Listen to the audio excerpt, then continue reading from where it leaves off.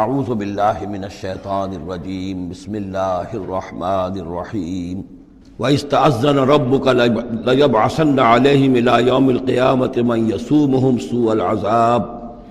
إِنَّ رَبَّكَ لَسَرِيعُ الْعِقَابِ وَإِنَّهُ لَغَفُورٌ رَحِيمٌ صدق اللہ العظیم۔ اس سے پہلے کہ ہم آگے بڑھیں، جو آخری مضمون آیا تھا، جو آیات ہم پڑھ چکے ہیں، ان کے ضمن میں ایک وضاحت ضروری ہے۔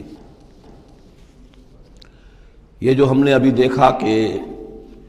اس بستی کے لوگ تین قسم کے تین حصوں میں منقسم ہو گئے تھے۔ ایک وہ لوگ جو گناہ میں بڑھے جا رہے تھے، ایک وہ کہ جو خود گناہ تو نہیں کر رہے تھے لیکن روک بھی نہیں رہے تھے، اور ایک وہ کہ جو گناہ سے خود بھی مجتنب تھے اور نہی عن المنکر کا فریضہ آخری وقت تک سر انجام دے رہے تھے۔ صراحت کے ساتھ یہاں جو فرمایا گیا کہ ہم نے بچایا کس کو؟ فَأَنْجَيْنَا الَّذِينَ يَنْهَوْنَ عَنِ السُّوءِ، بچایا ہم نے ان کو کہ جو روک رہے تھے بدی سے۔ وَأَخَذْنَا الَّذِينَ ظَلَمُوا بِعَذَابٍ بَئِيسٍ، اور ہم نے پکڑ لیا ان لوگوں کو جو گناہ میں ملوث تھے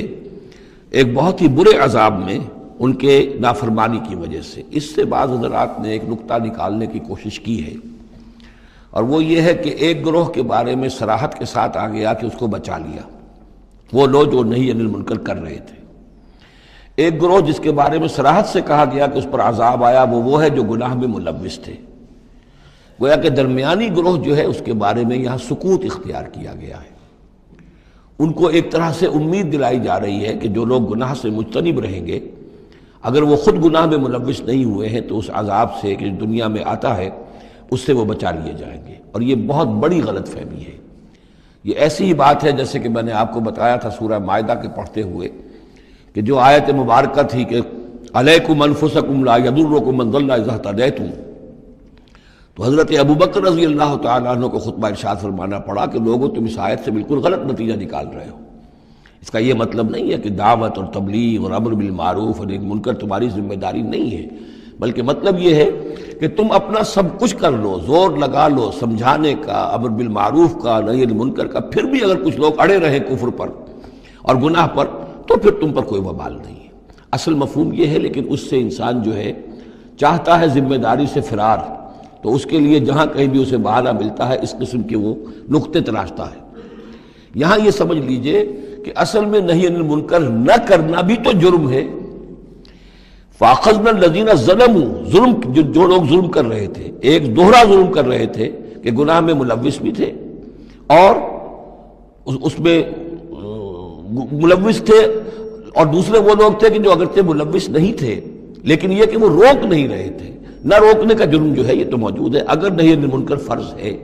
اگر یہ ذمہ داری ہے، تو نہ روکنا جو ہے یہ خود اپنی جگہ پر ایک جرم ہے۔ اس کے لیے میں آپ کو اصل میں ایک حدیث سنا دینا چاہتا ہوں، جو حدیث اس معاملے میں سمجھتا ہوں کہ آخری اور نص قطعی کی حیثیت رکھتی ہے۔ اور یہ حدیث جو ہے مولانا اشرف علی تھانوی رحمۃ اللہ علیہ نے خطبات جمعہ جو مرتب کی ہیں ان میں اس حدیث کو شامل کیا ہے، اور یہ حدیث قدسی ہے۔ اوحى اللہ عز وجل الی جبرائیل علیہ الصلاۃ والسلام ان اقلب مدینہ کذا وکذا باہلھا، اللہ تعالیٰ نے وحی کی حضرت جبرائیل کو کہ فلاں فلاں شہروں کو پل پٹ کر دو، الٹ دو، جیسے کہ عمورہ اور صدوم کے شہروں کے بارے میں حکم آیا۔ قال فقال، حضور فرماتے ہیں اس پر حضرت جبرائیل نے عرض کیا بارگاہ خداوندی میں، رب یا رب ان فیہا عبدک فلانا لم یعصک طرفۃ عین، پروردگار اس میں تو تیرا فلاں بندہ بھی ہے جس نے کبھی پلک جھپکنے جتنی دیر بھی معصیت میں نہیں گزاری، گناہ سے اتنا پاک صاف، نگاہ کا ادھر سے ادھر ہو جانا، اتنا وقت بھی کبھی معصیت میں صرف نہیں کیا، تو کیا اس پر بھی الٹ دوں؟ قال فقال، حضور نے فرمایا، اس پر اللہ تعالیٰ نے ارشاد فرمایا اقلبھا علیہ وعلیہم،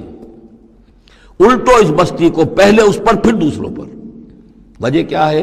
فإن وجہہ لم یتبعر فی ساعۃ قط،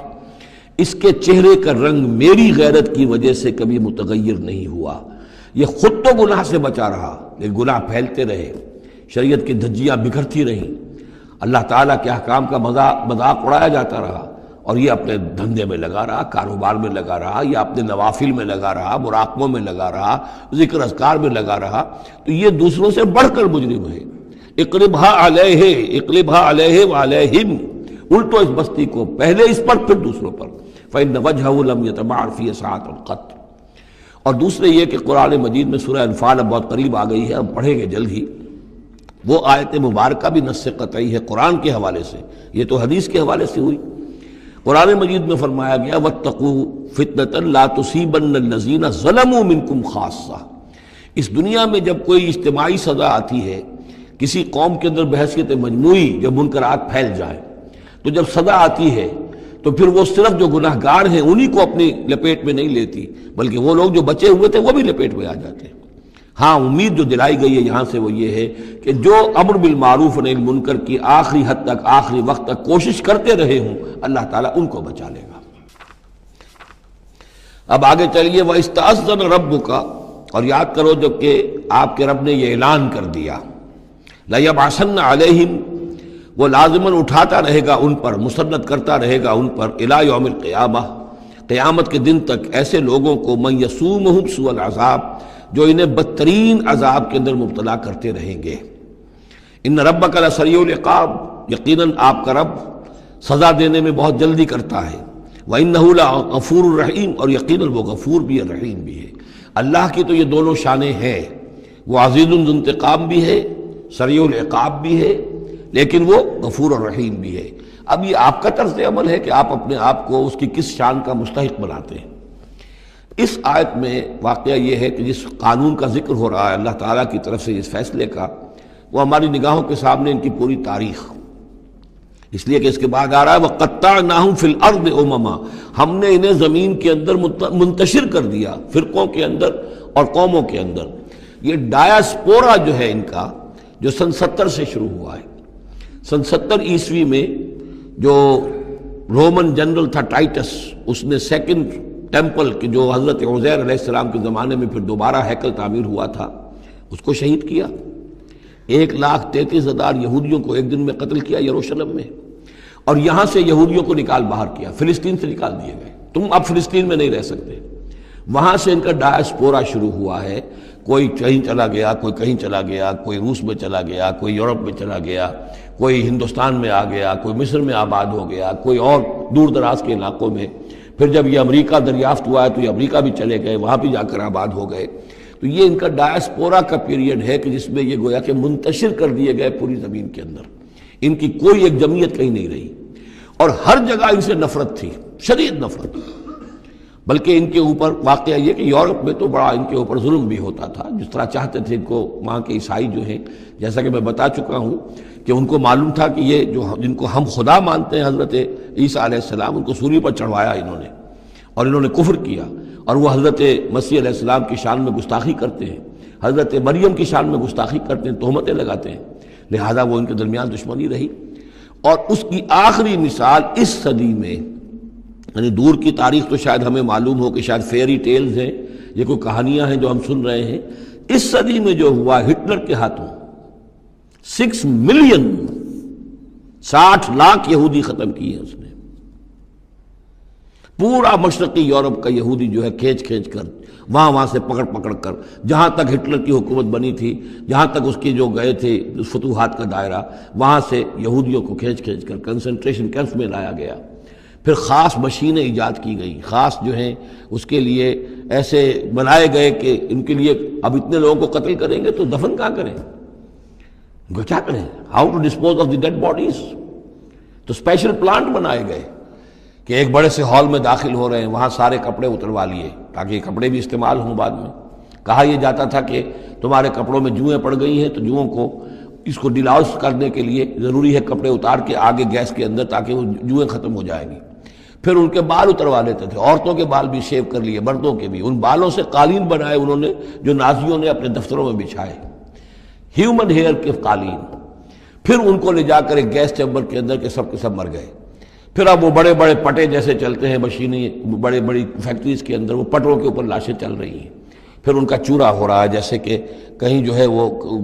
گھاس کاٹا جا رہا ہو یا کوئی اور چارہ جو ہے وہ کترا جا رہا ہو۔ پھر کسی خاص قسم کے کیمیکلز کے اندر ان کو تحلیل کیا کہ آخر میں کیا نکل رہا ہے نہ کسی گوشت کا پتہ، نہ خون کا پتہ، نہ ہڈی کا پتہ، کسی شے کا پتہ نہیں، ایک بدبودار سیاہ رنگ کا مائع باہر نکل رہا ہے، اور اسے وہ لے گئے اپنے کھیتوں میں اور اسے بنا لیا کھاد۔ یہ کام اس صدی میں ہوا ہے، ہولوکاسٹ۔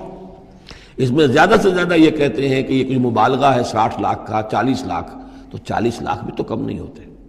40 لاکھ افراد کا اس طرح ختم ہو جانا۔ استأذن ربک لیبعثن علیہم الی یوم القیامہ، ان کا آخری وقت تو اب آنے والا ہے، وہ زیادہ دور نہیں ہے، لیکن اس سے پہلے جیسے شمع بجھنے سے پہلے بھڑکتی ہے، لہذا وہ ایک بھڑک ہے اس کی کہ جو یہودیوں کی ہے، اسرائیل ہے، ان کی طاقت ہے، ان کی قوت ہے، عربوں پر وہ چھائے ہوئے ہیں۔ اور واقعہ یہ ہے کہ مسلمان جس عذاب کے مستحق ہو چکے ہیں، اور ان میں سے عرب چونکہ ہمارے ہاں اونچے درجے کے، اس اعتبار سے امت کے اندر ان کا مقام اونچا درجے کا ہے کہ حضور عرب تھے، انہی کی زبان میں اللہ کی کتاب ہے،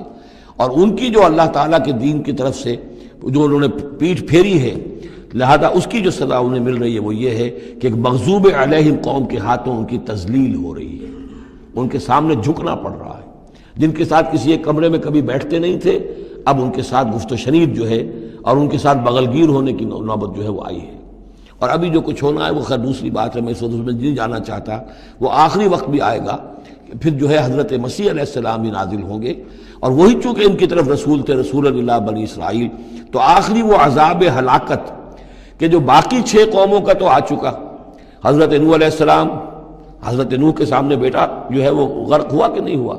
حضرت ہود، حضرت صالح، ان سب کے سامنے جو ہے ان کی قومیں ہلاک ہوئیں، تو اب حضرت مسیح کو اٹھا لیا گیا تھا، وہی آئیں گے اور انہی کے ہاتھوں یہ اپنے کیفر کردار کو پہنچیں گے اور ان کا ایک ایک بچہ ختم ہوگا۔ لیکن اس سے پہلے ان کے ہاتھوں مسلمانوں پر اللہ کے عذاب کے بڑے کوڑے برسیں گے۔ To add insult to injury, کہ ایک یہودی قوم کے ہاتھوں، مغضوب علیہم قوم کے ہاتھوں پٹائی ہوگی، اور جو ہو رہی ہے، لیکن یہ کہ ابھی شدید تر صورت میں اس کا شروع ہونے والا ہے معاملہ۔ کوئی دنوں کی بات ہے کہ مسجد اقصی شہید کر دی جائے گی، اور پھر ایک طوفان جو ہے مڈل ایسٹ میں شروع ہو جائے گا۔ وَإِسْتَأْذَنَ رَبُّكَ لَيَبْعَثَنَّ عَلَيْهِمْ إِلَىٰ يَوْمِ الْقِيَامَةِ مَن يَسُومُهُمْ سُوءَ الْعَذَابِ، یاد کرو جب کہ آپ کے رب نے یہ اعلان کر دیا تھا کہ وہ لازماً اٹھاتا رہے گا، مسلط کرتا رہے گا ان پر قیامت تک ایسے لوگوں کو جو انہیں بدترین عذاب میں مبتلا کرتے رہیں گے۔ إِنَّ رَبَّكَ لَسَرِيعُ الْعِقَابِ وَإِنَّهُ لَغَفُورٌ رَحِيمٌ وَقَطَّعْنَاهُمْ فِي الْأَرْضِ، ہم نے متفرق کر دیا ان کو زمین میں، امماً، فرقے بن گئے، علیحدہ جماعتیں بن گئی، اور اب ان کے جھگڑے ہو رہے ہیں مختلف علاقوں سے، جو لوگ آ کر اسرائیل میں آباد ہو رہے ہیں۔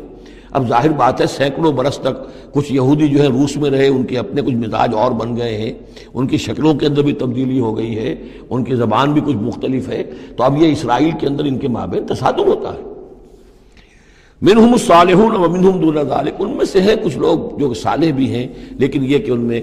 وہ بھی ہیں کہ جو دوسری طرح کے ہیں اور طرح کے ہیں۔ وَلَوْنَاهُمْ بِالْحَسَنَاتِ وَالسَّيِّئَاتِ لَعَلَّهُمْ يَرْجِعُونَ، ہم انہیں بھلائی سے اور برائی سے آزمائش کرتے رہے شاید کہ یہ لوگ لوٹ آئیں۔ فَخَلَفَ مِن بَعْدِهِمْ خَلْفٌ، لیکن یہ کہ ان کے بعد ایسے ناخلف لوگ ان میں پیدا ہو گئے، وَرِثُوا الْكِتَابَ، وہ کتاب کے وارث ہو گئے، وارث بنے، تورات کے وارث بنے۔ یَأْخُذُونَ عَرَضَ هَذَا الْأَدْنَىٰ، وہ اس دنیا جو ادنا زندگی ہے، دنیا کی ادنا زندگانی، اسی کے ساتھ و سامان کے پیچھے پڑے رہتے ہیں، حاصل کرتے ہیں حلال سے، حرام سے، جائز سے، ناجائز سے۔ وَيَقُولُونَ سَيُغْفَرُ لَنَا، اور کہتے ہیں ہمیں تو بخش دیا جائے گا، ہم ابراہیم کی نسل سے ہیں، اسرائیل کی اولاد ہیں، we are the chosen people of the Lord، سَيُغْفَرُ لَنَا، ہمیں بخش دیا جائے گا۔ وہیں یاتہم عرض مثلہ یاخذوہ، اگر ایسا ہی اور سامان بھی ان کو دیا جائے اور لے لیں گے، حرام سے یہ نہیں دیکھیں گے کہ حلال سے یا حرام سے۔ الم یؤخذ علیہم میثاق الکتاب، کیا ان سے کتاب کا عہد نہیں لیا گیا تھا؟ جب تورات دی گئی تھی تو عہد لیا گیا تھا، اللہ یقول علی اللہ الا الحق، کہ نہیں منسوب کریں گے اللہ کی طرف کوئی بات مگر حق، ودرسوا ما فیہ، اور انہوں نے پڑھا اس کو جو کچھ کہ اس میں تھا،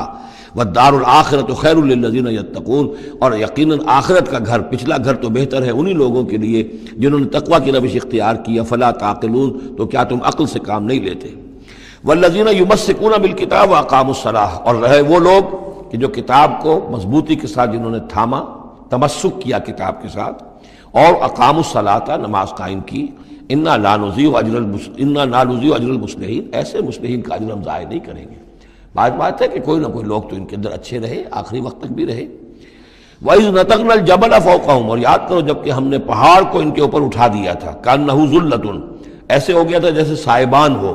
وَظَنُّوا أَنَّهُ واقع بِهِمْ، اور انہیں یقین ہو گیا تھا کہ ابھی ہم پر گرا کہ گرا، خُذُوا مَا آتَيْنَاكُمْ بِقُوَّةٍ، اور ہم نے اس وقت کہا تھا کہ تھامو اس کو مضبوطی کے ساتھ جو ہم نے تمہیں دیا ہے، اس کتاب کو مضبوطی سے تھامو، اس کو پوری قوت کے ساتھ اپنی اس کا تمسک کرو، وَاذْكُرُوا مَا فِيهِ لَعَلَّكُمْ تَتَّقُونَ، اور جو کچھ اس میں ہے اس کو یاد رکھو، مستحضر رکھو، تاکہ تم بچتے رہو اور تمہارے اندر تقویٰ کی روش پیدا ہو جائے۔ وَإِذْ أَخَذَ رَبُّكَ مِن بَنِي آدَمَ مِن ظُهُورِهِمْ ذُرِّيَّتَهُمْ، اور یاد کرو جب کہ نکالے اللہ نے، آپ کے رب نے، تمام بنی آدم کی پیٹھوں سے ان کی نسل کو۔ اب یہ کہ یہ اصل میں تو معاملہ ہو رہا ہے عالم الارواح میں، جبکہ ابھی جسد پیدا ہی نہیں ہوئے تھے، لیکن دو ہی شکلیں ہو سکتی تھی، یا تو لوگوں کو یہ ساری بات پہلے بتائی گئی ہوتی، عالم ارواح ہے، پہلی تخلیق یہ ہے، دوسری تخلیق یہ ہے، عالم ارواح میں یہ قول و قرار دیا گیا۔ عرب کے جو اولین مخاطب تھے حضور صلی اللہ علیہ وسلم کے اور قرآن کے، چونکہ ان کے لیے یہ چیزیں ان کی اس وقت کی استعداد کے اعتبار سے بھاری تھیں، قرآن مجید نے عام فہم الفاظ استعمال کیے۔ جب ہم نے نسل آدم کی تمام ان کی پیٹھوں سے ذریت کو نکال لیا، یعنی یہ کہ جتنے بھی انسان آنے والے تھے دنیا میں، ان سب کی ارواح جو ہیں وہ وہاں موجود تھیں۔ وَإِذْ أَخَذَ رَبُّكَ مِن بَنِي آدَمَ مِن ظُهُورِهِمْ ذُرِّيَّتَهُمْ وَأَشْهَدَهُمْ عَلَىٰ أَنفُسِهِمْ، اور ان کو گواہ بنایا اپنے اوپر، اچھی طرح سوچ سمجھ کر۔ اقرار جو ہوتا ہے جس کو ہم کہتے ہیں میں بقائمی ہوش و حواس یہ اقرار کر رہا ہوں، تو پوری طرح ہوش و حواس میں سیلف کانشسنس، یہ میں آپ کو بتا چکا ہوں، ہمارے اندر جو سیلف کانشسنس ہے، خود شعوری، وہ ہے ہی ہماری روح کی بنیاد پر۔ حیوانات میں بھی شعور تو ہے، کانشسنس تو ہے، سیلف کانشسنس نہیں ہے، خود شعوری نہیں ہے۔ تو یہ خود شعوری کا منبع جو ہے در حقیقت وہ روح ہے۔ تو وہ ارواح موجود تھی، انہیں اپنی ذات کا شعور تھا۔ اشہدہم علی انفسہم، انہیں اپنی ذات کے اوپر خود گواہ بنا کر پھر سوال کیا، الست بربکم، کیا میں تمہارا رب نہیں ہوں، تمہارا مالک، تمہارا آقا؟ قالوا بلا، وہ کہیں گے کیوں نہیں، شہیدنا، ہم اس پر اقرار کرتے ہیں، ہم گواہ ہیں۔ اب یہاں نوٹ کیجئے، جیسے کہ اس سے پہلے آیا تھا سورہ مائدہ میں کہ اہل کتاب تمہارے پاس ہمارا بشیر اور نذیر آ گیا، مبادا تم یہ کہو کہ ہمارے پاس کوئی بشیر اور نذیر نہیں آیا۔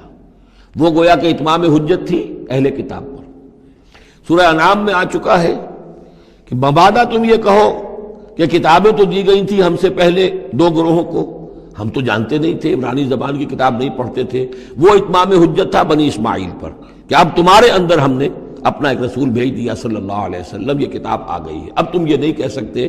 کہ وہ تو ہم سے پہلے دو گروہوں پر نازل کی گئی تھی، ہاں اگر ہم پر کہیں نازل کی گئی ہوتی تو ہم ان دونوں سے بڑھ کر بہت زیادہ جو ہے اس سے فائدہ اٹھاتے اور حق پر ہوتے۔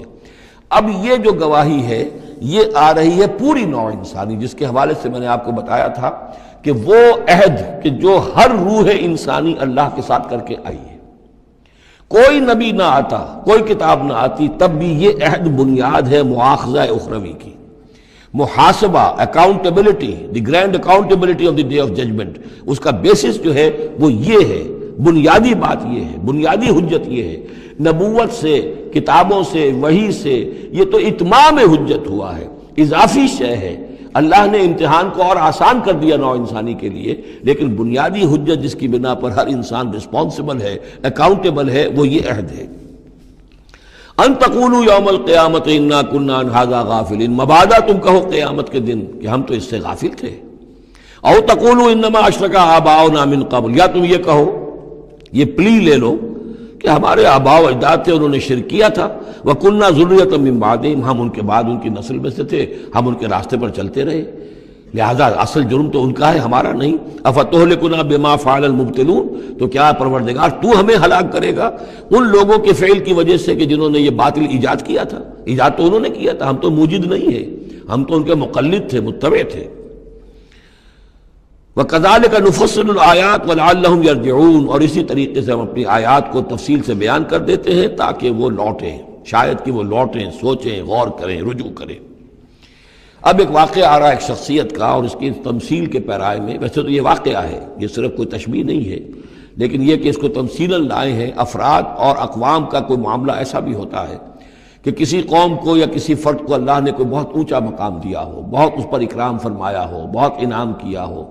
لیکن پھر یہ کہ وہ اپنی کسی ایک ہی خباثت کی وجہ سے اور کسی ایک بڑی غلطی جو ہے گراوٹ کی وجہ سے وہ اپنی تمام ان فضیلتوں سے محروم ہو جائے اور بالکل شیطان کا چیلا بن کر رہ جائے۔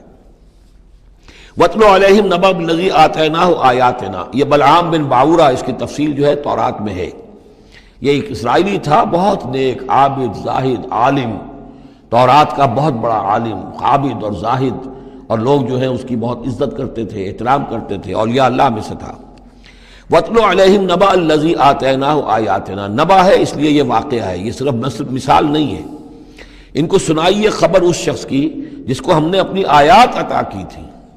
اس سے میں یہ مفہوم لیتا ہوں کہ صاحب کرامت بزرگ تھا، یعنی جو آیات جو ہیں یہاں پر خاص طور پر کرامت کے لیے آ رہا ہے۔ فَانْسَلَخَ مِنْهَا، وہ اس میں سے نکل بھاگا۔ فَأَتْبَعَهُ الشَّيْطَانُ، تو شیطان اس کے پیچھے لگ گیا۔ یہاں بھی ایک نقطہ بہت اہم ہے، پہلے انسان خود غلطی کرتا ہے، شیطان مجبور نہیں کر سکتا کسی کو غلطی پر۔ اِنَّ عِبَادِي لَيْسَ لَكَ عَلَيْهِمْ سُلْطَانٌ، کوئی اختیار کسی بندے پر شیطان کو حاصل نہیں ہے۔ غلطی خود کرے گا، اب شیطان جو ہے اس کا پیچھا کرے گا، اور اب اس کو، جس کو ہم کہتے ہیں ہمارے پنجاب میں یہ کہا جاتا ہے برے کو گھر تک پہنچا کے رہنا، کہ اب یہ کہ اسے کہیں راستے میں چھوڑے گا نہیں بلکہ آخری برائی کی آخری منزل تک پہنچائے گا۔ وَاتْلُ عَلَيْهِمْ نَبَأَ الَّذِي آتَيْنَاهُ آيَاتِنَا فَانْسَلَخَ مِنْهَا فَأَتْبَعَهُ الشَّيْطَانُ فَكَانَ مِنَ الْغَاوِينَ، تو وہ ہو گیا گمراہوں میں۔ وَلَوْ شِئْنَا لَرَفَعْنَاهُ بِهَا، ہم چاہتے تو اسے ان آیات اور جو بھی اس کے پاس علم تھا اس کے ذریعے سے ہم اسے اور بلند کرتے اور اونچا مقام دیتے۔ وَلَكِنَّهُ أَخْلَدَ إِلَى الْأَرْضِ، مگر وہ تو زمین کی طرف دھنستا چلا گیا۔ یہ زمین کی طرف دھنسنا کیا ہے؟ ایک ہمارا جسد ہے، یہ حیوانی جسد، یہ زمین سے آیا ہے۔ منہا خلقناکم، اور اس کے تقاضے ہیں۔ ایک وہ روح ہے جو عہد کر کے آئی ہے الستو بربکم، ان کے درمیان کشاکش ہے۔ روح چاہتی ہے اوپر اٹھنا، کل شیء یرجع الی اصلہ، ہر شے اپنی بنیاد اور اپنی جڑ کی طرف، اپنے منبع اور سرچشمے کی طرف لوٹنا چاہتی ہے، لہذا روح اوپر اٹھنا چاہتی ہے، وہ اوپر سے آئی ہے۔ یہ جسم جو ہے، یہ ہمارا حیوانی جسد، یہ زمین سے آیا ہے، اس کی ساری توجہات زمین کی طرف ہیں، یہیں کا مال و متاع ہو، یہیں سے اس کی خوراک آ رہی ہے، یہیں سے اس کی تقویت کا سامان آ رہا ہے، ساری چیزیں یہ۔ اب یہ جو کشاکش ہے، انسان کی روح وہ اللہ کی طرف جانا چاہتی ہے، اور یہ جسم جو ہے یہ دنیاوی لذتوں میں، عیش میں، دنیا کے اندر جو ہے حلال سے حرام سے جو بھی حاصل کیا جا سکے، بابر بعیش کوش کہ عالم دوبارہ نیست۔ اب اگر کوئی شخص فیصلہ کر لیتا ہے زمین کی طرف بیٹھنے کا، تو گویا کہ اب اس نے اپنے آپ کو اللہ تعالیٰ کی توفیق سے وہ محروم کر لیا۔ فانسلخ منہا، اب روح سسکتی رہے گی، احتجاج کرتی رہے گی، سسکتی رہے گی، ایک وقت میں آ کر شاید وہ مر جائے، اس پر موت وارد ہو جائے، اور وہ زندہ ہونے کی شکل میں بھی وہ در حقیقت ایک مقبرہ بن جائے یا تعزیہ بن جائے کہ روح اس کے اندر دفن ہو چکی ہے۔ تو نظر آ رہا چلتا پھرتا انسان، حقیقت میں وہ انسان تو مر چکا، اندر روح جو ہے وہ دفن ہو چکی، اب جو چل رہا ہے وہ حیوان انسان چل رہا ہے، وہ انسان جو تھا وہ تو مر چکا۔ تو یہ ہے وَلَكِنَّهُ أَخْلَدَ إِلَى الْأَرْضِ، زمینی خواہشات، زمینی آرزوئیں، یہ نچلے درجے کی سفلی قسم کی خواہشات، سفلی آرزوئیں اور امنگیں۔ وَاتَّبَعَ هَوَاهُ، اور اس نے پیروی کی اپنی خواہشات کی۔ فَمَثَلُهُ كَمَثَلِ الْكَلْبِ، تو اس کی مثال کتے کی سی ہے۔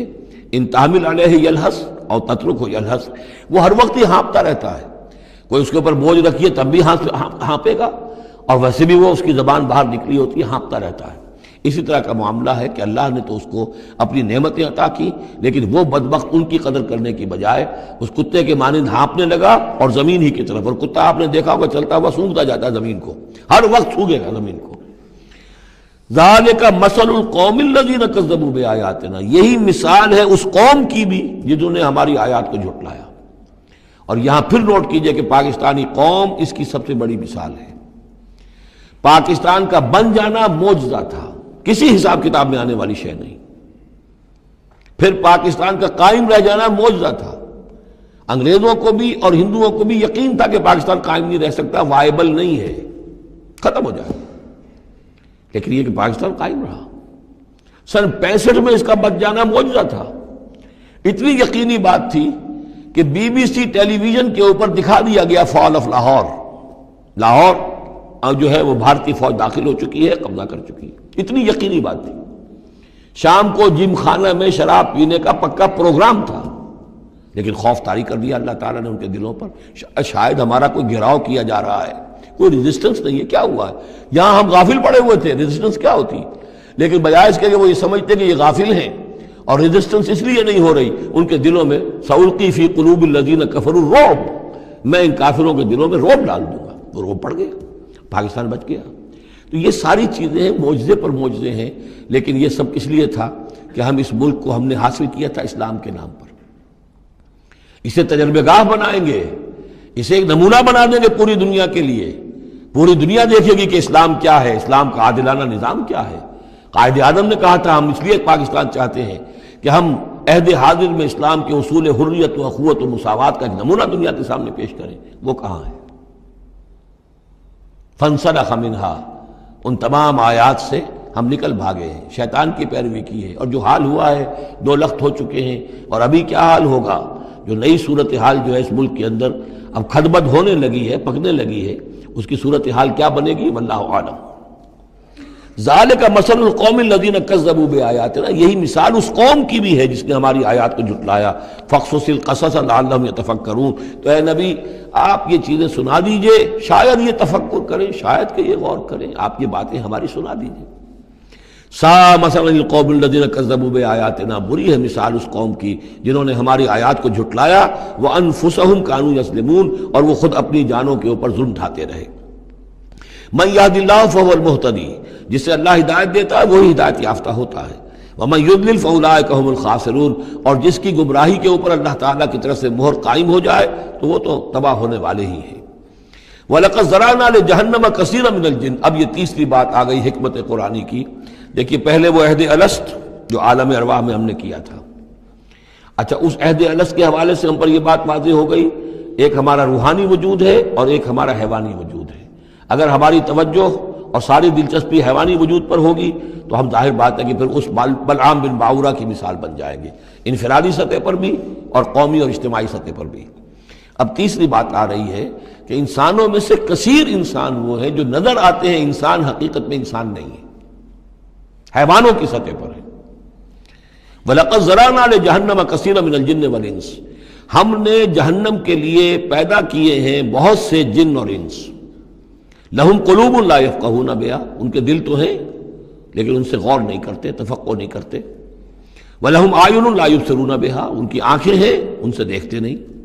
وَلَهُمْ آذَانٌ لَا يَسْمَعُونَ بہا، ان کے کان ہیں لیکن ان سے سنتے نہیں۔ اولئک کالانعام، یہ چوپایوں کے مانند ہیں، بل ہم اضل، بلکہ ان سے بھی گئے گزرے ہیں۔ اولئک هم الغافلون، یہی لوگ ہیں کہ جو غافل ہیں۔ یعنی یہ کہ جب انسان ہدایت سے منہ موڑتا ہے اور جب ہٹ دھرمی پر اتر آتا ہے اور جب اللہ تعالیٰ دلوں پر مہر کر دیتا ہے اور ان کی سماعت پر کانوں پر مہر لگا دیتا ہے، ان کی آنکھوں پر پردے ڈال، اب یہ کیا رہ گئے؟ اب یہ انسان نہیں رہے، ان کے دل تو ہے تفقع سے خالی ہے، مہر لگ چکی ہے۔ آنکھیں تو ہے حیوانوں کا سا دیکھنا دیکھ رہی ہیں، کتا بھی دیکھ لیتا ہے گاڑی آ رہی ہے مجھے بچنا ہے، انسان نے بھی دیکھ لیا، لیکن یہ دیکھنا حیوانی دیکھنا ہے۔ انسانی دیکھنا تو کچھ اور ہوتا ہے، کسی شے کو دیکھے اور اس کی حقیقت پر غور کرے۔ اہل نظر ذوق نظر خوب ہے، لیکن جو شے کی حقیقت کو نہ دیکھے وہ نظر کیا۔ لیکن یہ انسانی دیکھنا جو ہے، دیدن دیگر آموز شنیدن دیگر آموز، وہ دوسری قسم کا دیکھنا سیکھو، دوسری قسم کا سننا سیکھو۔ وہ سننا جو دل سے سنا جاتا ہے، وہ دیکھنا جو دل سے دیکھا جاتا ہے۔ لیکن جب ان کے دلوں پر مہر ہو گئی، ان کے کانوں پر مہر ہو گئی، ان کی آنکھوں پر پردے پڑ گئے، اب ان کا حال کیا ہے؟ لہم قلوب لا یفقہون بہا ولہم اعین لا یبصرون بہا ولہم آذان لا یسمعون بہا اولئک کالانعام بل ہم اضل، یہ چوپایوں کے مانند ہیں بلکہ ان سے بھی گئے گزرے۔ اس لیے کہ چوپایوں کو تو اللہ نے پیدا ہی اس لیول پر کیا تھا، ان کو پیدا کیا تھا بہت اونچے مقام پر۔ یہی سورۃ التین کا مضمون ہے، والتین والزیتون وطور سینین وہذا البلد الامین لقد خلقنا الانسان فی احسن تقویم ثم رددناہ اسفل سافلین، انسان پیدا کیا گیا اس بلند ترین مقام کے اوپر، مسجود ملائک، لیکن پھر جب یہ گرتا ہے تو سب سے نچلوں میں سب سے نیچے ہوتا ہے۔ تو یہ وہ لوگ ہیں اولئک کالانعام بل ہم اضل اولئک هم الغافلون، یہی لوگ ہیں جو غافل ہیں، اس دنیا میں رہتے ہیں حیوانوں کی طرف، کھایا پیا چرا چگا اور جو ہے بس دنیا کی لذتیں اٹھائیں اور مر گئے، کچھ ہوش نہیں کہ کیوں ہم پیدا کیے گئے، کون ہمارا خالق ہے، کون ہمارا مالک ہے، زندگی کاہے کے لیے ہے، زندگی آمد برائے بندگی، زندگی بے بندگی شرمندگی، کو مرنے کے بعد کہیں کسی کے سامنے حاضری ہے، کوئی جواب نہیں، کچھ نہیں، کوئی ہوش نہیں۔ وَلِلَّهِ الْأَسْمَاءُ الْحُسْنَى، اور تمام اچھے نام اللہ ہی کے ہیں، فَادْعُوهُ بِهَا، تو پکارو انہیں اس کے ذریعے سے، پکارو اللہ کو ان کے ذریعے سے۔ ایک نقطہ یہاں نوٹ کر لیجئے، قرآن مجید سے کہیں اللہ تعالیٰ کے لیے لفظ صفت ثابت نہیں ہوتا، ویسے حدیث میں ہے، میں صرف بیان کر رہا ہوں، قرآن میں نہیں۔ قرآن میں اللہ کے لیے لفظ آتا ہے نام، اسما، یہ سب اللہ کے نام ہیں۔ ویسے یہ کہ صفاتی نام ہے یہ دوسری بات ہے، لیکن صفات کا لفظ جو ہے، صفت کا لفظ اللہ کے لیے ایجاباً مثبت طور پر قرآن میں کہیں نہیں آیا، نام ہے اللہ کے۔ اور نام جو ہے در حقیقت کسی ایک ہی شے کے 100 نام ہو سکتے ہیں۔ تلوار کے 5000 نام ہیں، تلوار تو ایک ہی شے ہے نا، لیکن اس کے مختلف اوصاف کے اعتبار سے بہت سے نام اس کے عرب رکھ لیتے تھے۔ تو اللہ تعالیٰ کے نام ہیں، ان ناموں میں سے کچھ قرآن میں بھی آئے ہیں، کچھ ایک حدیث ہے حضرت ابو ہریرہ سے رضی اللہ تعالیٰ عنہ، جس میں کہ حضور نے 99 نام گنوائے ہیں کہ اللہ کے یہ 99 نام ہیں، اور ان کے ذریعے سے تو اللہ سے دعا کی جائے تو اس کے ناموں کے حوالے سے، اللہ تعالیٰ کے ناموں کے، فَادْعُوهُ بِهَا، اللہ تعالیٰ کو پکارا کرو اس کے ناموں کے حوالے سے، یا ستارو، یا غفارو، یا کریمو، یا علیمو، یہ اس طریقے سے اللہ تعالیٰ کے جو نام ہیں، تو یا اللہ ہو، ظاہر بات ہے کہ اللہ جو ہے وہ بھی اللہ کا سب سے بڑا نام، سب سے اہم نام ہے، اس حوالے سے اس کو پکارو، دعا کرو اس کے ناموں کے حوالے سے۔ وَذَرُوا الَّذِينَ يُلْحِدُونَ فِي أَسْمَائِهِ، اور چھوڑ دو، دفع کرو ان لوگوں کو کہ جو اس کے ناموں میں کجی نکالتے ہیں۔ لحد کہتے ہیں ٹیڑھ کو، یہ قبر جو ہوتی ہے ایک سیدھی ہوتی ہے اور ایک ہوتی ہے لحد والی، جس میں کہ بغلی قبر۔ تو اسماء الہی میں لحد، الحاد جو ہے تو یہ ہے کہ ان کا غلط استعمال کیا جائے، انہی ناموں کے حوالے سے ان کے مراقبے کر کے ان کے اندر تاثیرات ہیں، اس میں کوئی شک نہیں، لیکن ان کے غلط استعمالات جو ہیں وہ درست نہیں ہیں۔ اللہ تعالیٰ کے ذکر کے لیے، اللہ سے خود اپنی دعا کے لیے ان کو ذریعہ بنایا جائے، لیکن ان کو لوگوں کے لیے نقصان پہنچانے کا ذریعہ بنانا یہ گویا کہ الحاد ہو جائے گا، غلط استعمال۔ اور دوسرے یہ کہ بعض اللہ تعالیٰ کے نام جو ہیں وہ جوڑوں کی شکل میں ہیں، ان میں ایک ہی کے حوالے سے پکارنا وہ بھی الحاد ہو جائے گا۔ المعز، المذل، یہ اب جوڑا ہے، وہی عزت دینے والا ہے، وہی ذلت دینے والا ہے، لیکن اگر آپ نے یا مذلو یا مذلو یا مذلو کہنا شروع کر دیا تو یہ الحاد ہو جائے گا۔ اے ذلیل کرنے والے، اے ذلیل کرنے والے، اے ذلیل کرنے والے، یہاں دونوں لفظ آنے چاہیے، یا معز ہو یا مذل ہو، اے وہ کہ جو عزت دینے والا ہے اور اے وہ کہ جو ذلیل کرتا ہے۔ یہ دونوں نام جو ہے الرافع والخافض، ایک وہ ہے کہ جو اٹھانے والا ہے، اونچا کرنے والا ہے اور نیچے گرانے والا ہے، وہ الخافض بھی ہے، الرافع بھی ہے، المعز بھی ہے، المذل بھی ہے، المحیی بھی ہے، الممیت بھی ہے، زندہ رکھنے والا بھی ہے، موت وارد کرنے والا بھی ہے۔ تو یہ جو جوڑوں کے نام ہیں ان کو ساتھ ساتھ ہی ہمیشہ رکھنا چاہیے۔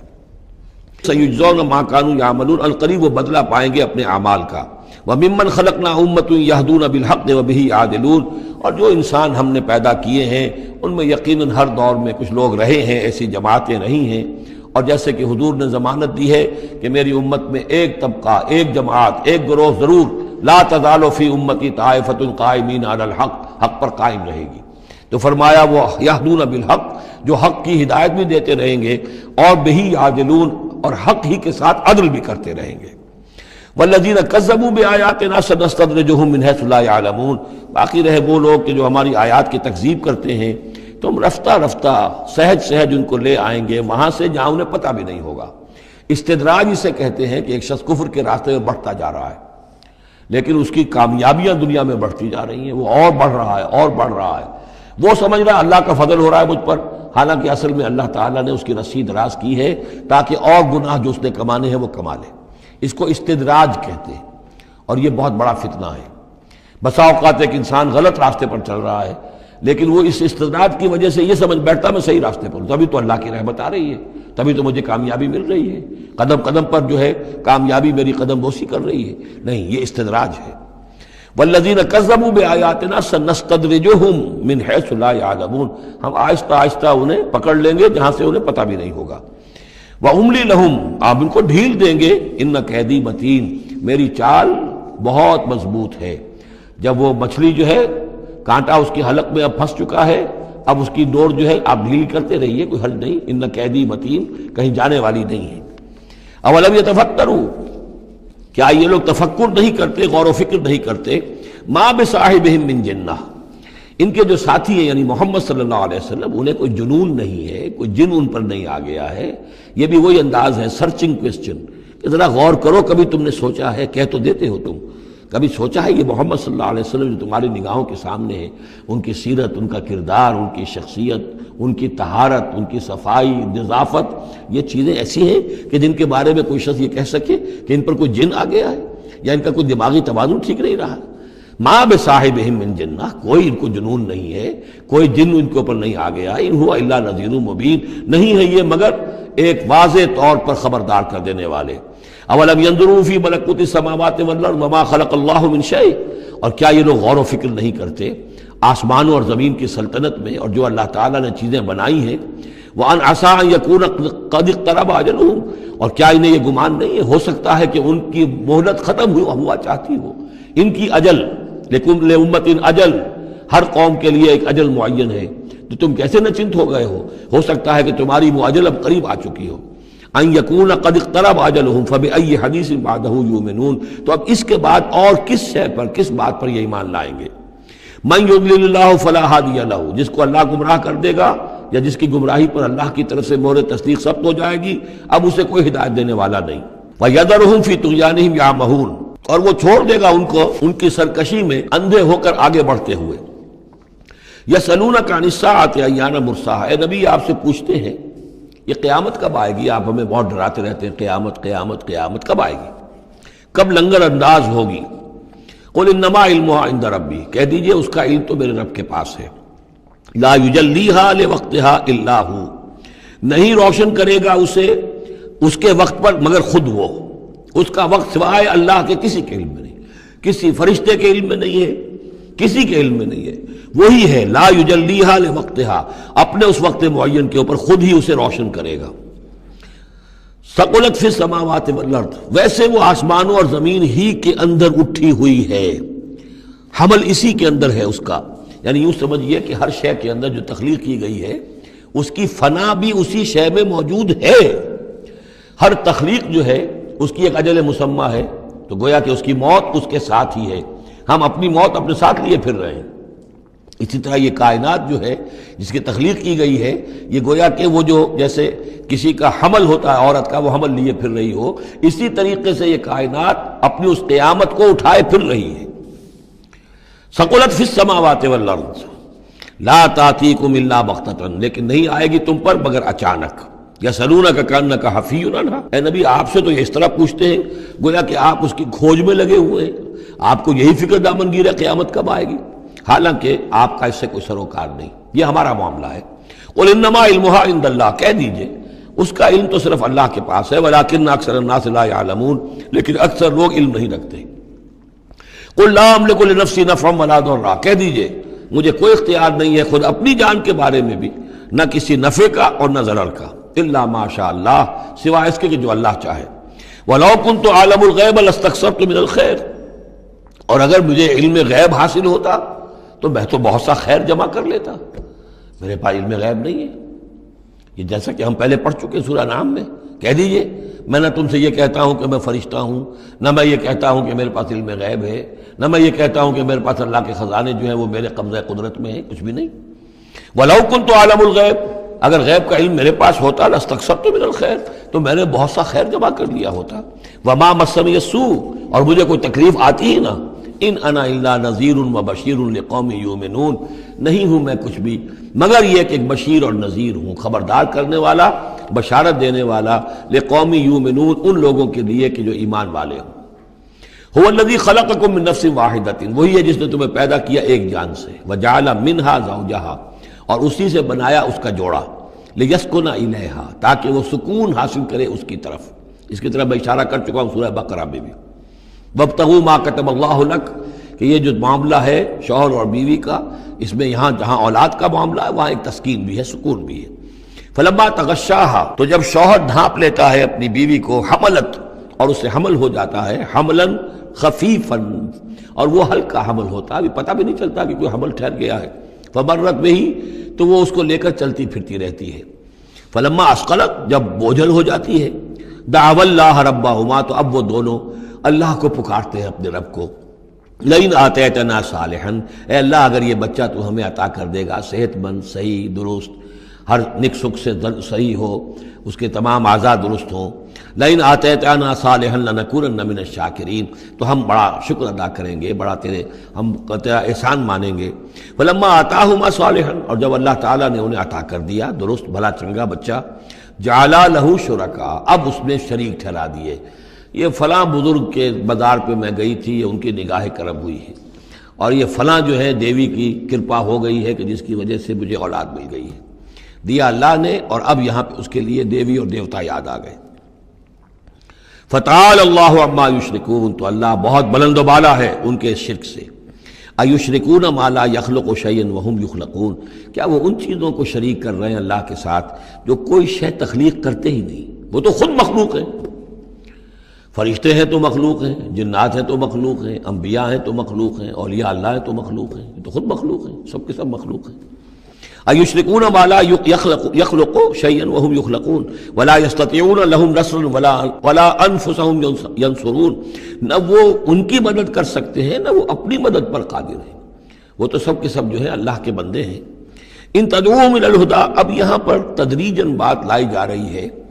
ان کو کہ جو ان کے اصل جو ڈیٹیز ان کی ہیں، وہ تو سمجھتے ہیں دیویاں ہیں، دیوتا ہیں، وہ تو اوپر ہیں، وہ تو انویزیبل ہیں، ہم نے ان کے نام پر یہ بت تراش لیے ہیں، تو چاہے رادھا کرشنن ہو، چاہے کوئی اور فلسفی ہو، وہ کہے گا یہ کہ ہم ان بتوں کو نہیں پوج رہے، ہم بھی جانتے ہیں یہ پتھر ہیں، پتھر کے سوائے میں کیا ہے، یہ نہ دیکھ سکتے ہیں نہ چل سکتے ہیں، پتھر ہیں، لیکن عام طور پر ان کے ہاں آدمی جو ہے عوام کی سطح پر وہ پھر انہی کو سمجھ بیٹھتا کہ یہی ہے، اور چوبتا ہے، چاٹتا ہے، جو بھی کرتا ہے، ان کا دھون پیتا ہے، ان کے سامنے ڈنڈوت کرتا ہے، ان کے سامنے جو ہے حلوے مانڈے پیش کرتا ہے، تو عوامی سطح پر ذہن میں یہی آ جاتا ہے کہ یہی ہیں معبود جن کو کہ ہم پوج رہے ہیں، اور انہی کے اندر قدرت ہے ہماری مشکل کشائی کی۔ اب ادھر رخ آ رہا ہے، ان تدعوہم الی الہدی، اگر تم پکارو انہیں ہدایت کے لیے کہ تمہیں راستہ دکھا دیں، لا یتبعوکم، وہ تمہاری طرف توجہ ہی نہیں کر سکیں گے، سواء علیکم ادعوتموہم ام انتم صامتون، برابر ہے تم پر کہ تم انہیں پکارو یا خاموش رہو۔ ان الذین تدعون من دون اللہ عباد امثالکم، ہاں جنہیں تم پکار رہے ہو، جنہیں دیوتا اور دیوی بنا لیا ہے، فرشتے ہیں یا اولیاء اللہ ہیں، وہ بھی تمہاری طرح کے بندے ہیں، عباد امثالکم، وہ تمہاری طرح کے بندے ہیں، فادعوہم فلیستجیبوا لکم ان کنتم صادقین، تو پکارو ان کو اور پھر دیکھو اگر تم سچے ہو تو پھر ان کی طرف سے تمہیں کوئی جواب ملنا چاہیے، کوئی وحی آنی چاہیے۔ لیکن یہ کہ ہم نے تو انہیں تمہاری اس، بلکہ آئے گا قرآن مجید میں آگے چل کر کہ وہ کہیں گے کہ ہم تو غافل تھے، ہمیں تو پتہ نہیں تھا کہ تم ہمیں پکارتے رہے، ہمیں ہماری دعائی دیتے رہے اور ہم سے مانگتے رہے، یا شیخ عبد القادر جیلانی شیئن للہ، ہمیں کیا پتہ تم نے یہ ہمارے ساتھ حماقتیں کی ہیں، ہمیں تو کوئی معلوم نہیں، تو وہ تو کہیں گے غافل ہیں ہم۔ اب یہاں بتوں کی طرف اشارہ ہو رہا ہے، ام لہم ارجل یمشون بہا، کیا ان کے پاؤں ہیں، تم نے بنا تو دیے پاؤں، کیا چلتے بھی ہیں ان سے، ام لہم ایدین یبطشون بہا، ہاتھ بھی تم نے بنا دیے ان کے، لیکن کیا یہ اس سے پکڑ بھی سکتے ہیں،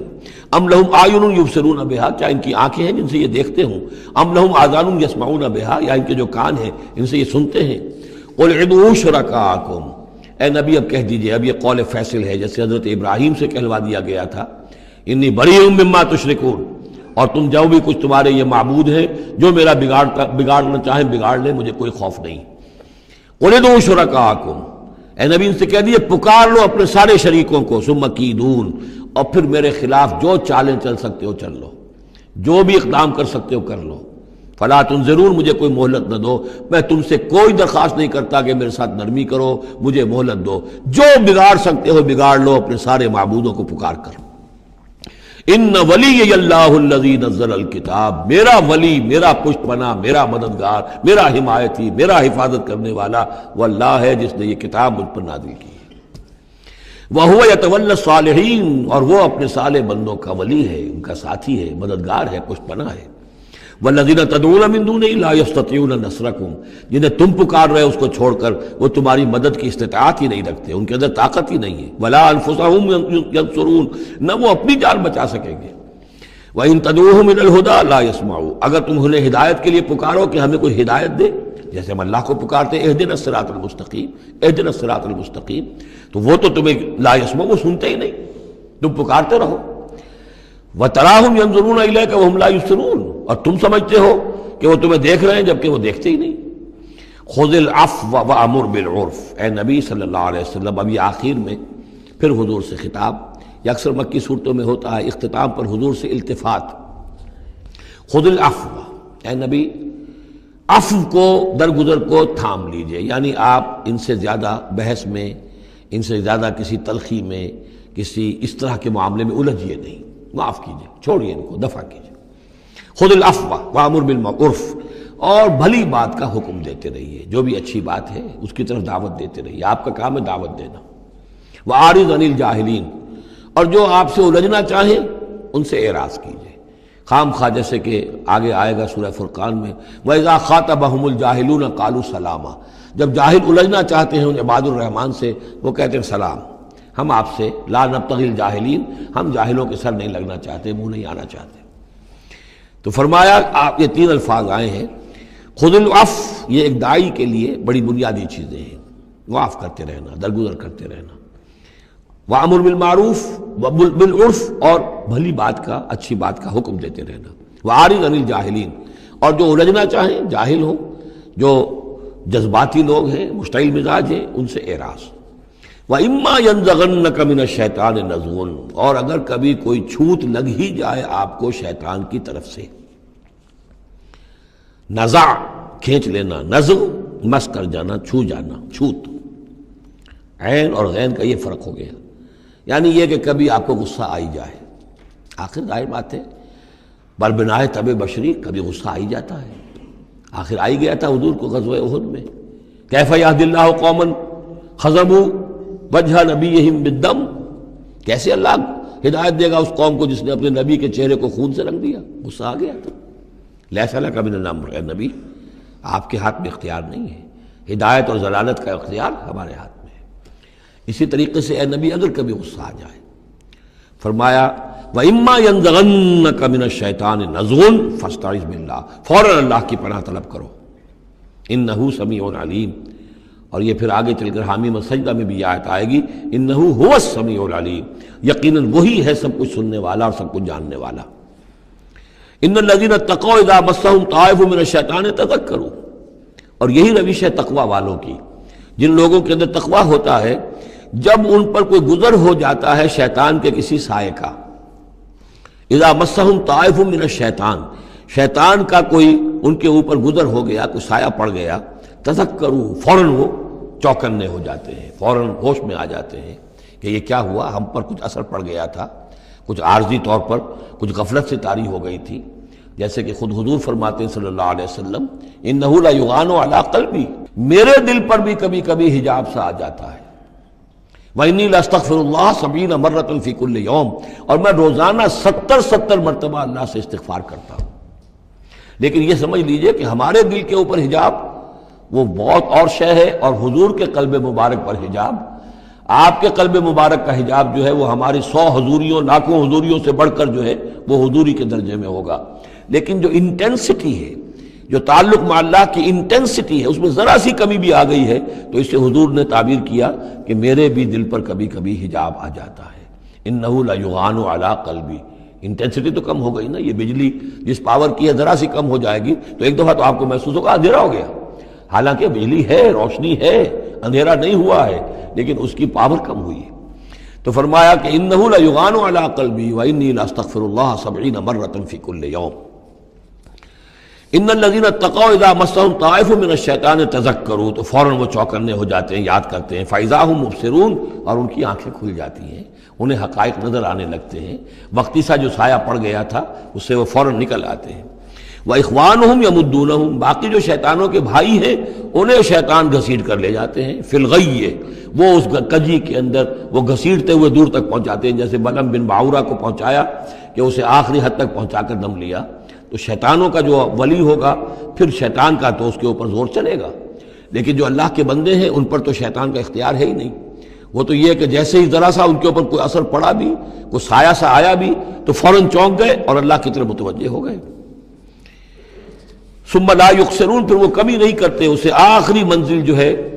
گمراہی کی وہاں تک پہنچا کر رہتے ہیں۔ وَإِذَا لَمْ تَأْتِهِمْ بِآیَةٍ، اب دیکھیے یہ عمود ان دونوں صورتوں کا، خاص طور پر انعام کا، آیت لاؤ، نشانی لاؤ، معجزہ دکھاؤ، نبوت بنوانا چاہتے ہو، رسالت بنوانا چاہتے ہو تو دکھاؤ معجزہ، حصی معجزہ جیسے موسیٰ کو ملے، جیسے عیسیٰ کو ملے، وغیرہ وغیرہ۔ اب اس کو سم اپ کر رہے ہیں، وَإِذَا لَمْ تَأْتِهِمْ بِآیَةٍ، اے نبی جب آپ ان کے پاس کوئی معجزہ نہیں لائے، قالوا، انہوں نے کہا لولا اجتبیتہا، کیوں نہیں کوئی چن کر لے آتے، کہیں سے چھانٹ کر لے آتے، تو اب تمہارا دعویٰ یہ ہے تم اللہ کے رسول ہو، محبوب ہو، تو کیا وجہ ہے، کیوں رہ گئے، کس وجہ سے؟ لولا اجتبیتہا، کہیں سے کوئی چھانٹی کر کے، کہیں سے کوشش کر کے لے آتے۔ قل انما اتبع ما یوحی الیہ، اس زمن میں ایک واقعہ میں نے پڑھا تھا، یہ تفسیر کبیر میں، امام راضی کی تفسیر میں، کہ حضور کے ایک پھپھی زاد بھائی تھے، اگرچہ وہ ایمان نہیں لائے تھے لیکن حضور سے ہمدردی رکھتے تھے، ساتھ رہتے تھے، تعاون کرتے تھے، جہاں کہیں حضور جاتے تھے دل میں نرمی تھی ان کے، اور امید تھی حضور کو کہ حضور ایمان لے آئیں گے۔ لیکن جب آخری معاملہ یہ ہوا کہ جو سرداران قریش تھے انہوں نے گویا کہ ان کے اپنے زوم میں انہوں نے حجت قائم کر دی، اے نبی یہ معجزہ دکھا دو، اے محمد چلو مان لیں گے، چلو یہ نہیں دکھا سکتے یہ دکھا دو، یہ نہیں دکھا سکتے یہ دکھا دو، وہ سب سورہ بنی اسرائیل میں آئے گا۔ تو جب یہ ساری باتیں حضور نے کرنی میرے اختیار میں نہیں ہے، یہ تو اللہ تعالیٰ کا فیصلہ ہے، اللہ جب چاہے گا دکھائے گا، میرے اختیار میں نہیں ہے، تو پھر وہاں سے حضور جب اٹھے سب وہاں تو شور مچ گیا، پھر ظاہر بات ہے کہ وہ تو تالی پٹ گئی ہوگی کہ بس رہ گئے ان کی، اب تو یہ تو ہمارے جو عوام ہیں انہوں نے کہا ہوگا کہ ہمارے سردار تو جیت گئے، اس لیے کہ یہ تو ناکام رہ گئے،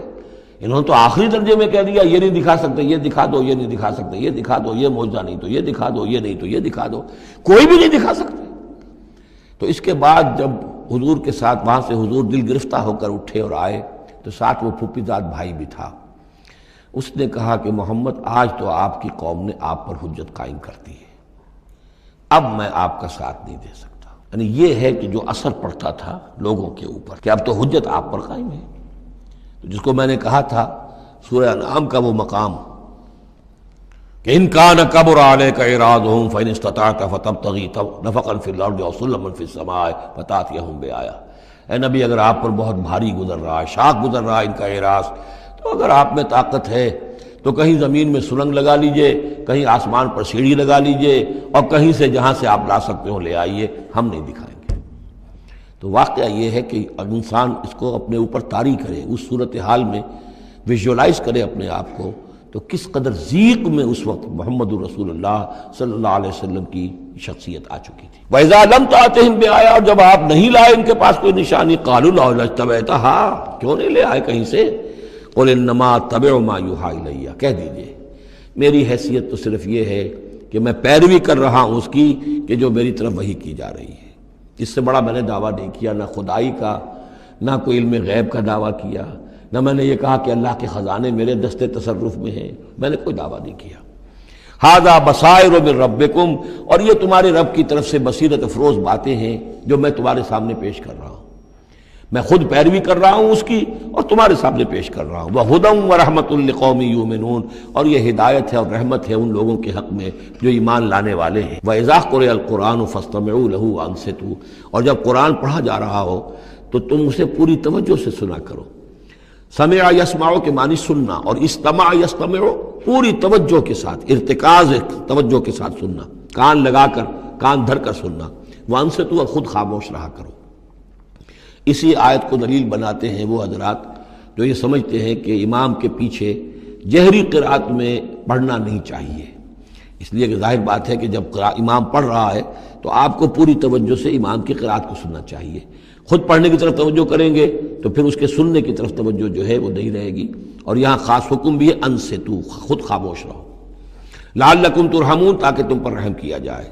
وَاذْكُرْ رَبَّكَ فِي نَفْسِكَ تَضَرُّعًا وَخِيفًا وَدُونَ الْجَهْرِ مِنَ الْقَوْلِ بِالْغُدُوِّ وَالْآصَالِ، اور اپنے رب کو یاد کرتے رہا کرو اپنے جی ہی جی میں، تضرعاً،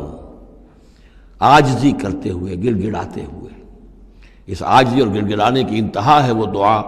جو میں نے نقل کی ہے، جو مسلمانوں پر قرآن مجید کے حقوق کے نام سے میرا کتاب چاہے اس کے آخر میں مقام عبدیت، اللہم انی عبدک وابن عبدک وابن امتک فی قبضتے کا ناصیتی بیدے کا ماضٍ فی حکم کا عدل فی قضاء کا۔ اے اللہ میں تیرا بندہ ہوں، غلام ہوں، میرا باپ بھی تیرا بندہ اور غلام تھا، میری ماں تیری ادنا کنیز تھی، میں تیرے قبضۂ قدرت میں ہوں، میرے پورے وجود میں تیرا ہی حکم جاری و ساری ہے، اور تو جو بھی میرے بارے میں فیصلہ کرے عدل فی قضاء وہ یقیناً حق پر اور عدل پر مبنی ہے۔ یہ عاجزی اسألوک بکل اسم هو لک، میں تجھ سے درخواست کر رہا ہوں تیرے ہر نام کے حوالے سے تیرا ہے، علمتہ احدا من خلقک، جو تو نے کسی اپنی مخلوق کو سکھایا، او انزلتہ فی کتابک، یا اپنا نام تو نے اپنی کسی کتاب میں نازل فرمایا، اب استاثرت بہ فی مکنون الغیب عندک، یا اپنے اس نام کو تو نے اپنے پاس ہی غیب میں ہی کہیں چھپا کر رکھا ہوا ہے، خزانہ بنایا ہوا ہے۔ میں ان تمام ناموں کے حوالوں سے سوال کے حوالے سے واسطے سے آپ سے درخواست کرتا ہوں ان تجعل القرآن ربیع قلبی و نور صدری و جلاء حزنی و ذہاب ہمی و غمی، قرآن کو میرے سینے کا نور بنا دے، میرے دل کا سرور بنا دے، میرے تفکرات کا ازالے کا ذریعہ بنا دے، میرے غموں کا اور تفکرات اور جو بھی پریشانیاں ہیں ان کے ازالے کا ذریعہ بنا دے۔ یہ ہے دعا محمد رسول اللہ کی۔ اب خاص طور پر چونکہ آیت پہلے آ گئی تھی وَإِذَا قُرِئَ الْقُرْآنُ فَاسْتَمِعُوا لَهُ وَأَنصِتُوا، تو اسی کے حوالے سے یہ دعا جو ہے یہ خاص طور پر جو ہے مسلمانوں پر قرآن مجید کی حقوق اور کیا عظمت قرآن کی ہے کہ اللہ تعالیٰ سے جو سوال کر رہے ہیں حضور کہ قرآن کو التجعل القرآن ربیع قلبی و نور صدری، میرے سینے کا نور، میرے دل کی بہار بنا دے۔ وَاذْكُرْ رَبَّكَ فِي نَفْسِكَ تَضَرُّعًا وَخِيفَةً، اور یاد کرتے رہا کرو اپنے رب کو اپنے جی میں گڑ گڑاتے ہوئے، عاجزی کے ساتھ، اور خیفہ خوف کے ساتھ، دون الجہر من القول، اور بلند آواز سے نہیں، پست آواز سے۔ لیکن یہ ضرور ہے کہ آدمی دعا مانگے تو ایسے مانگے کہ خود سن لے۔ اس میں یہ ہوتا ہے کہ ایک تو دعا وہ مانگ رہا ہے، ایک اس کی سماعت بھی اس دعا سے استفادہ کرتی ہے۔ نماز میں بھی اگر اکیلا انسان نماز پڑھ رہا ہو تنہا، تو جو رکعتیں ہیں چاہے سری بھی ہوں ان کو ایسا ضرور پڑھے کہ جیسے خود وہ سن رہا ہے، اس حد تک جو ہے تاکہ وہ نماز میں جو پڑھ رہا ہے اس کے ساتھ اس کی سماعت بھی اس سے مستفید اور مستنیر ہوتی چلی جائے۔ بالغدو والآصال، اور یہ آپ ذکر کرتے رہیں اللہ کا اپنے جی میں عاجزی کے ساتھ اور خوف کے ساتھ، اور یہ کہ زیادہ بلند آواز سے نہیں بلکہ پست آواز سے، صبح کے وقت بھی اور شام کے اوقات میں بھی۔ جیسے میں نے توجہ دلائی تھی سورہ نام کے شروع میں، نور ہمیشہ قرآن میں واحد آئے گا، ظلمات ہمیشہ جمع، اسی طرح غدو یہ ہمیشہ ایک، اور آصال اصیل کی جمع ہے، یعنی شام کے اوقات۔ اور اس میں اشارہ ہے کہ صبح کی نماز ایک ہی ہے جو اللہ تعالیٰ نے فرض رکھی ہے، اور جیسے ہی لدلوک الشمس الی غسق اللیل، سورج ذرا ڈھلنا شروع ہوتا ہے، مغرب کی طرف ذرا اترنا شروع ہوتا ہے، وہاں سے لے کے پے بپے نمازیں ہیں، ظہر ہے، عصر ہے، مغرب ہے، عشاء ہے، تو یہ جو ہے یہ آصال جمع کا صیغہ ہے۔ بالغدو والآصال، غدو والآصال، ولا تکن من الغافلین، اور غافلوں میں سے نہ ہو جائیے۔ ان الذین عند ربک، یقیناً وہ بزرگ ہستیاں، وہ ملائکہ مقربین، وہ ملائے اعلیٰ جو اپنے رب کے پاس ہیں، مقربین ہیں، قریب ترین ہیں، وہ جس کے بارے میں امیر خسرو نے کہا ہے کہ خدا خود میر محفل بود اندر لامکاں خسرو، محمد شمع محفل بود شب جائے کہ من بودم۔ ایک لامکاں کی محفل وہ بھی ہے جہاں کا میر مجلس اللہ ہے، اور جہاں فرشتے ہیں، ملائکہ مقربین ہیں، اور محمد رسول اللہ روح محمدی وہاں گویا کہ چراغ اور شمع کی حیثیت سے ہے۔ تو ان الذین عند ربک لا یستکبرون عن عبادتہ، وہ جو اس کے قریب ترین ہیں وہ بھی اس کی عبادت سے استکبار نہیں کرتے، استکبار کی بنیاد پر عبادت سے دستکش نہیں ہوتے۔ وَيُسَبِّحُونَهُ، اور اس کی تسبیح کرتے رہتے ہیں، وہ لہو یسجدون، اور اس کے لیے سجدے کرتے رہتے ہیں۔ بارک اللہ لی ولکم فی القرآن العظیم ونفعنی وإیاکم بالآیات والذکر الحکیم۔